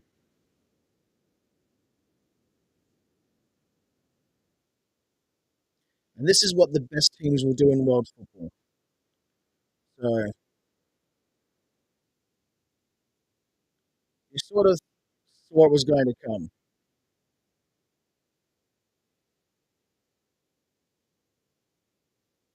There we go. Let's change that up.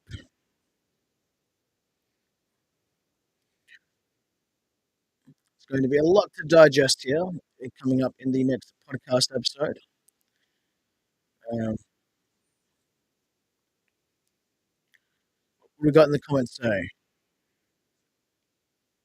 Uh, oh, I recall correctly. No, not a problem. No, Claude, that's fine, mate. Not an issue there whatsoever. Uh, I've seen it online in chats and Reddit threads and things like that, but I have no idea what it means. So, um, like it took me ages to go, TMH, like was it TMH, TBH, like to be honest, or something like that. I sent to my missus. I was like, hey, what does this mean? I see it all the time. I was like, oh, okay. Whenever I write anything, I always do, like forehand. I don't do no shorthand. I know the common ones, lol, BRB, all that stuff. But yeah, I think I'm showing my age, getting old. I'm 33 years.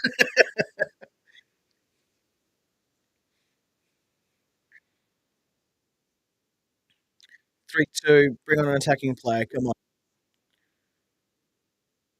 Still, they're going to win it regardless because even a draw, they still win. But at least put on an attacking player and go for 4-2 or 5-2 instead of like a 3-2. Go for that draw. Put on someone like Antonio Nusa on, as it looks like Lewis Pender's been taken off. Gertrude is coming on now, so Claude is correct.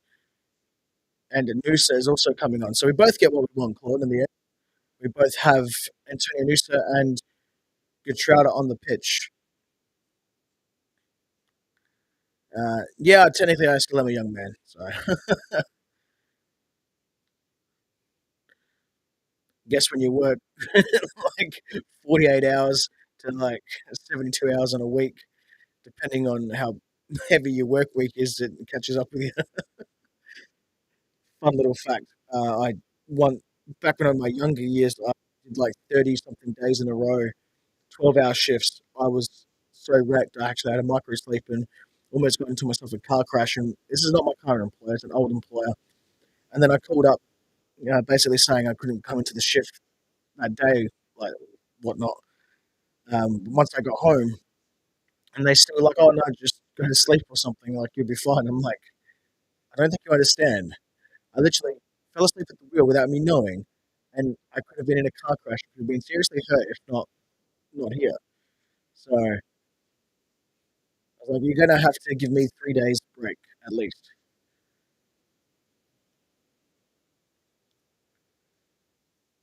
But yeah, I do a lot of a lot of hours in the week and not much sleep. So I try for 6, but I normally only get 4 or 5. So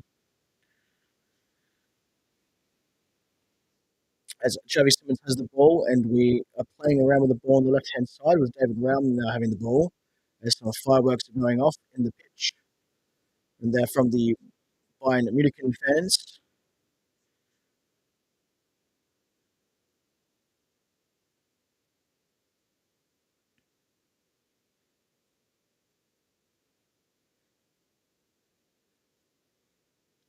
And as good as I'll put it this way, this is just how my stance is with Bayern Munich. This is no knock on their fans or anything like that, but I believe that they are. We'll go with a monopolistic club, and by that I mean that they have an unfair advantage because of all their anti-competitiveness that they've done, which means buying teams like from other teams like this. So you buy the best players from the teams in your league because they've done this for so long. They offer you can win trophies at us. You can do this. Obviously, as they were winning those, they can also get more money. So they have more money to pay the players, which it happens. Football players, they're doing this as their job.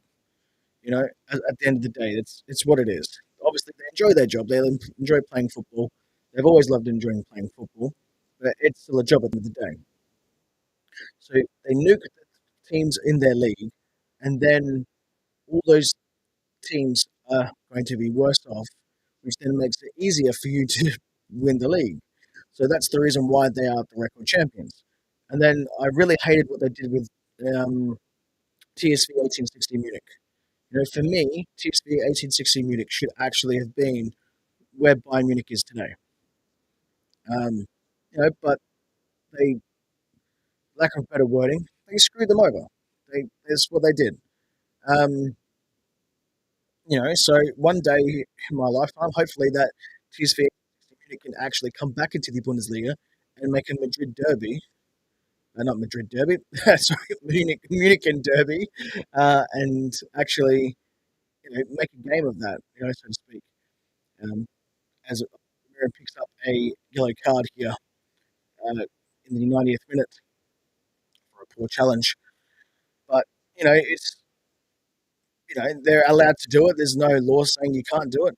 Um, not even in any world football or anything like that. So hey, if you're allowed to do it, why not?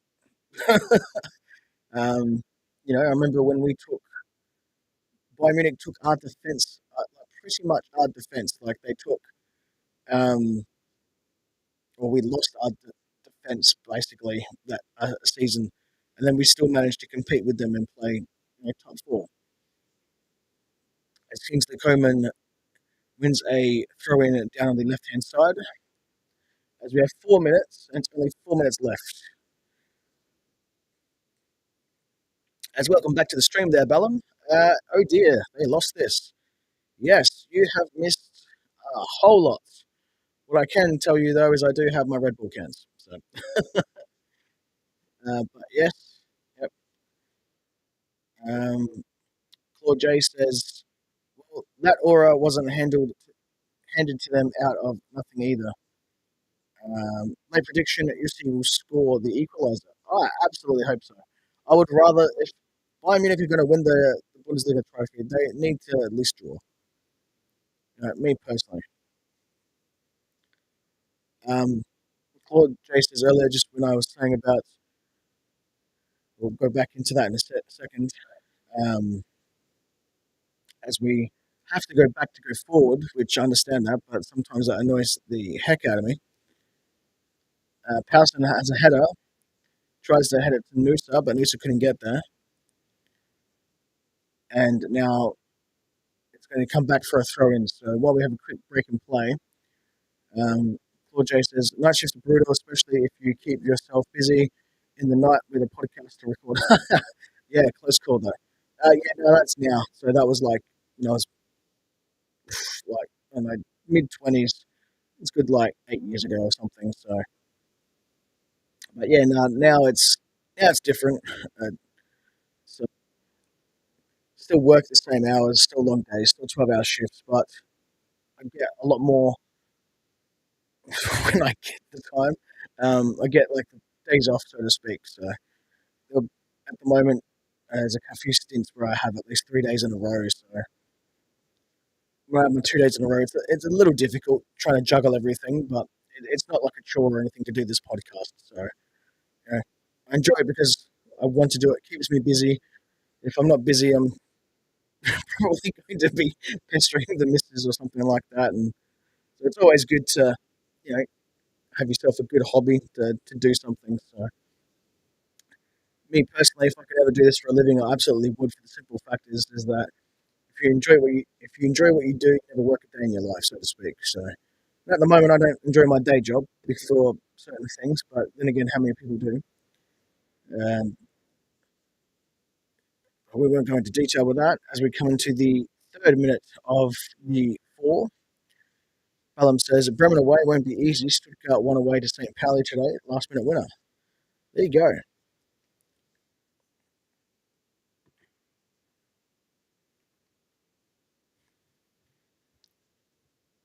Come on, Dayot Bullen. What are you doing?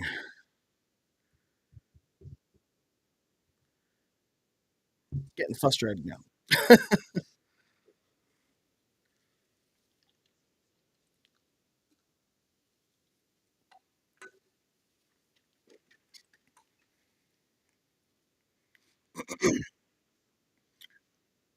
Yes, Ballum, I do need my day job for set up money for a trip to Leipzig. That is the aim.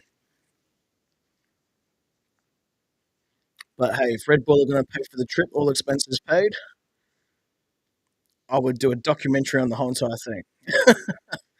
I'm serious. I absolutely would. Things like that you don't don't not take those opportunities. While we get back to the comment in a second. Come on, Shabby, shoot! Oh yeah, very very poor. Come on, shoot, Powson. Does he get it? He does. Claude might be spot on with this. Hold on, I'm going to put that up right now. What did Claude say 4 minutes ago? Claude said right here. Let's wait before we get into anything.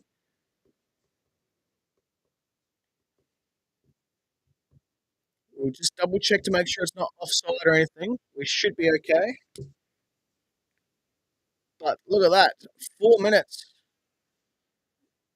That's what it says on my live stream, everyone. 4 minutes ago, you can look up in your chats. It says late prediction. UC will score the equaliser. Let's have a look. Any live? Nah, no offside. That is absolutely. There you go.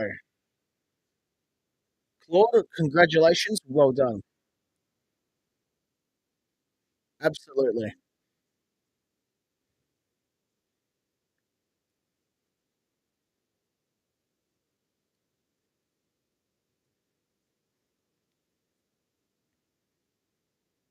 And we'll just pop that up as well. As Claude J also said, Kane is right on the sideline. Looks like he's ready to run on the pitch to celebrate. Yep. Leipzig low-key missed this up.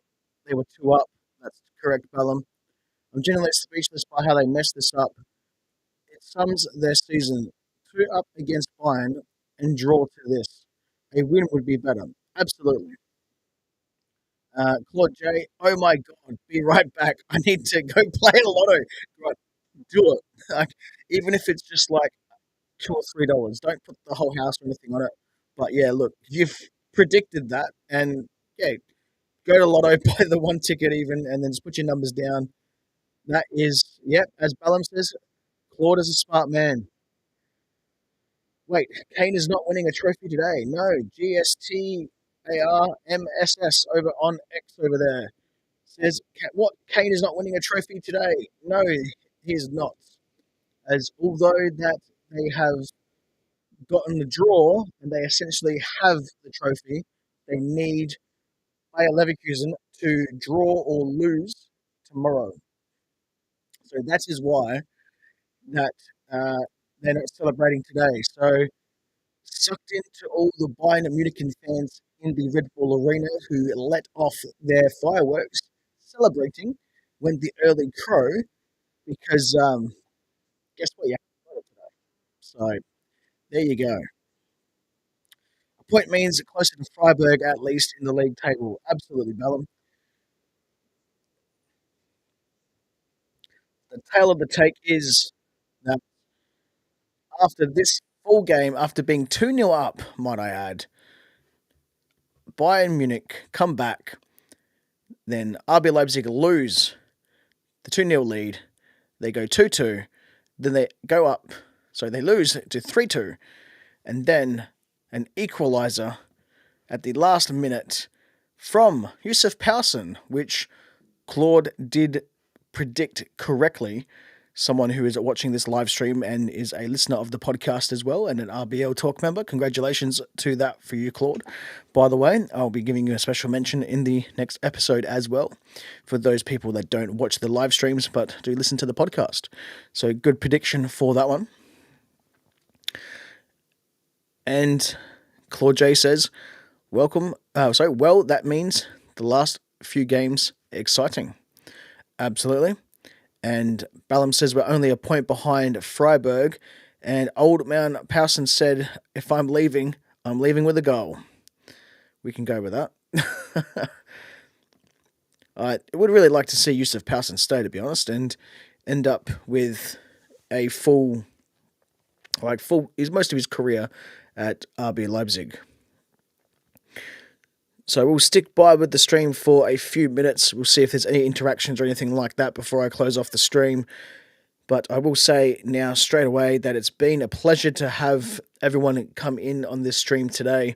Wherever you've been watching this, whether you've been watching this over on Twitch, YouTube, over on X, do apologize. The stream stuffed up a little bit the start of the stream, so Instagram was affected, so it didn't stream over there today on Instagram.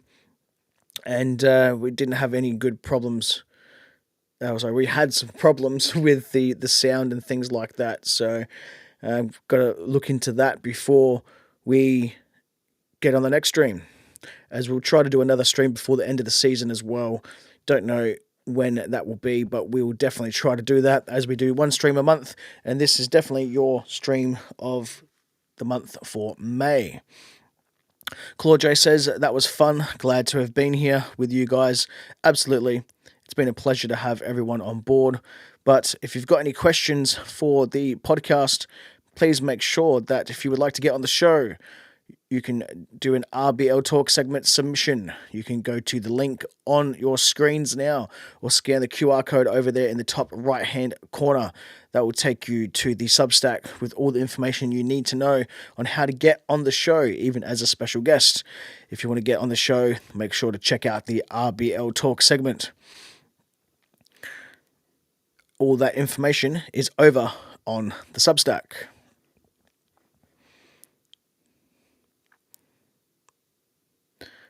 Not a problem, Ballum. Nice talking to you as well. Always take care. And Cyril has already gone.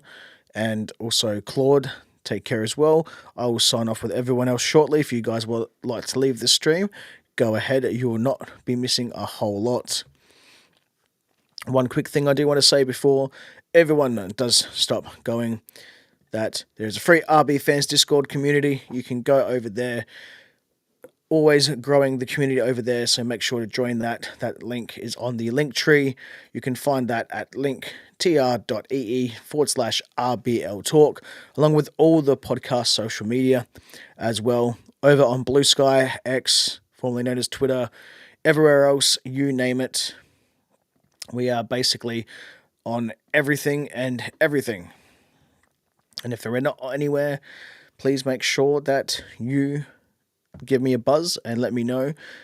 Send me a message somewhere or anything like that and ask for the podcast to be on your platform of choice, and I'll go and put it out on there, even if it's just for a select few people.